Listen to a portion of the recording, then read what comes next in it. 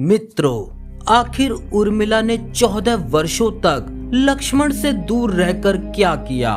पौराणिक मान्यताओं के अनुसार शेषनाग के कई अवतारों का उल्लेख मिलता है, जिनमें राम के भाई लक्ष्मण और श्री कृष्ण के भाई बलराम मुख्य हैं। मित्रों, रामायण के अनुसार लक्ष्मण राजा दशरथ के तीसरे पुत्र थे। उनकी माता का नाम सुमित्रा था। लक्ष्मण के लिए राम ही माता पिता, गुरु, भाई और यहाँ तक कि वे उनके लिए सब कुछ थे। उनकी आज्ञा का पालन ही इनका मुख्य धर्म था। वे उनके साथ सदा ही छाया की तरह रहते थे। भगवान श्री राम के प्रति किसी के भी अपमान सूचक शब्द को ये कभी बर्दाश्त नहीं करते थे। वास्तव में लक्ष्मण का वनवास राम के वनवास से भी अधिक महान है, क्योंकि उन्होंने 14 वर्ष पत्नी से दूर रहकर केवल राम की सेवा को ही अपने जीवन का लक्ष्य बनाया था।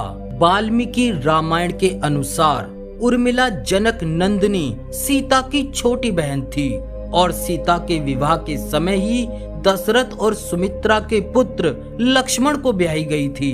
जब राम और सीता के साथ लक्ष्मण जी वनवास को जाने लगे, तब पत्नी उर्मिला ने भी उनके साथ जाने की जिद की, परंतु लक्ष्मण ने उन्हें यह कहकर मना कर दिया कि अयोध्या के राज्य और माताओं को उनकी आवश्यकता है। उर्मिला के लिए ये बहुत ही कठिन समय था। ऐसे में जबकि वो नववधू थी और उनके दाम्पत्य जीवन की तो अभी शुरुआत ही हुई थी। लक्ष्मण के वनवास जाने के बाद उर्मिला के पिता अयोध्या आए और उर्मिला को मायके चलने का अनुरोध करने लगे, ताकि माँ और सखियों के सानिध्य में उर्मिला के पति वियोग का दुख कम हो सके। परंतु उर्मिला ने अपने मायके मिथिला जाने से इनकार करते हुए कहा कि पति की आज्ञा के अनुसार पति के परिजनों के साथ रहना और दुख में उनका साथ न छोड़ना ही उसका सबसे बड़ा धर्म है। ये उर्मिला का अखंड पतिव्रता धर्म था। जब लक्ष्मण वनवास जा रहे थे, तब उस विकट क्षणों में भी उर्मिला आंसू ना बहा सकी, क्योंकि उनके पति लक्ष्मण ने उनसे एक और वचन लिया था कि वो कभी आंसू नहीं बहाएंगी, क्योंकि अगर वो अपने दुख में डूबी रहेंगी तो परिजनों का ख्याल नहीं रख पाएंगी। लक्ष्मण को उर्मिला से अंगद और चंद्रकेतु नाम के 2 पुत्र तथा सोमदा नाम से एक पुत्री उत्पन्न हुई। लेकिन मित्रों, अब सवाल ये उठता है कि जब लक्ष्मण अपनी पत्नी उर्मिला से 14 वर्षों तक दूर रहे, तो उर्मिला ने इस दौरान क्या किया? इस संबंध में मान्यताओं पर आधारित एक कथा सुनने को मिलती है। इस कथा का वर्णन रामचरितमानस आदि में नहीं मिलता। कथा ये है कि रावण के पुत्र मेघनाद को ये वरदान था कि जो व्यक्ति 14 वर्षों तक सोया न हो, वही उसे हरा सकता है। हालांकि लक्ष्मण अपने भाई श्री राम और भाभी सीता की सुरक्षा और सेवा में इतने लगे रहे कि 14 वर्षों तक सो ही नहीं पाए। कथा के अनुसार उनके बदले उर्मिला 14 वर्षों तक सोती रही। रावण के वध के बाद श्री राम, सीता और लक्ष्मण वापस अयोध्या लौट आए और वहां प्रभु श्री राम की राज तिलक की तैयारियां शुरू होने लगी। उसी समय लक्ष्मण जोर जोर से हंसने लगे।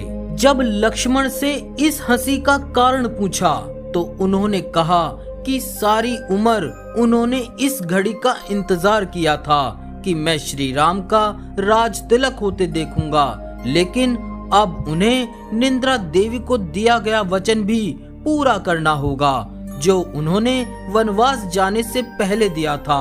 दरअसल निंद्रा देवी ने उनसे कहा था कि वो 14 वर्ष के लिए उन्हें परेशान नहीं करेंगी और उनकी पत्नी उर्मिला उनके स्थान पर सोएंगी। निंद्रा देवी ने उनकी यह बात एक शर्त पर मानी थी कि जैसे ही वो अयोध्या लौटेंगे, उर्मिला की नींद टूट जाएगी और उन्हें सोना होगा। लक्ष्मण इस बात पर हंस रहे थे कि अब उन्हें सोने जाना होगा और वो राम का राज तिलक नहीं देख पाएंगे।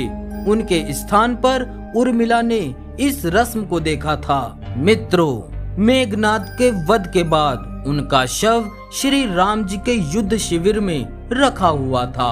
उस शव को मेघनाद की पत्नी सुलोचना लेने आई। पति का कटा हुआ सर देखते ही सुलोचना का हृदय अत्यधिक विचलित हो गया। वो रोने लगी। रोते रोते उसने पास खड़े लक्ष्मण की ओर देखा और कहा, सुमित्रा नंदन लक्ष्मण, तुम भूल कर भी गर्व मत करना कि मेघनाद का वध तुमने किया है। मेघनाद को धराशायी करने की शक्ति विश्व में किसी के पास नहीं थी। ये तो दो पतिव्रता नारियों का भाग्य था। अब आप सोच में पड़ गए होंगे कि निंद्रा देवी के प्रभाव में आकर अगर उर्मिला 14 वर्षों तक सोती रही तो सास और अन्य परिजनों की सेवा करने का लक्ष्मण को किया वादा उन्होंने कैसे पूरा किया। तो मित्रों, उत्तर ये है कि सीता माता ने अपना एक वरदान उर्मिला को दिया था। उस वरदान के अनुसार उर्मिला एक साथ 3 कार्यों को कर सकती थी। तो इस तरह उन्होंने अपना वचन पूरा किया। मित्रों, देवी उर्मिला अपने पति से 1 नहीं 2 नहीं बल्कि पूरे 14 वर्षों तक अलग रही। भला किसी नवविवाहित स्त्री के लिए इससे बड़ा त्याग और समर्पण क्या हो सकता है। इसलिए उर्मिला रामायण की सबसे अतुलनीय और पवित्र पत्नी के साथ साथ त्याग, बलिदान और समर्पण की देवी है। तो मित्रों, ये थी आज की वीडियो। उम्मीद है आपको आज की वीडियो पसंद आई होगी। वीडियो पसंद आई हो तो वीडियो को लाइक करके वीडियो को अपने दोस्तों और रिश्तेदारों में शेयर करें। देवी उर्मिला के बारे में आप क्या राय रखते हैं, ये बताने के लिए आप अपनी राय हमें कमेंट बॉक्स में बता सकते हैं। धन्यवाद।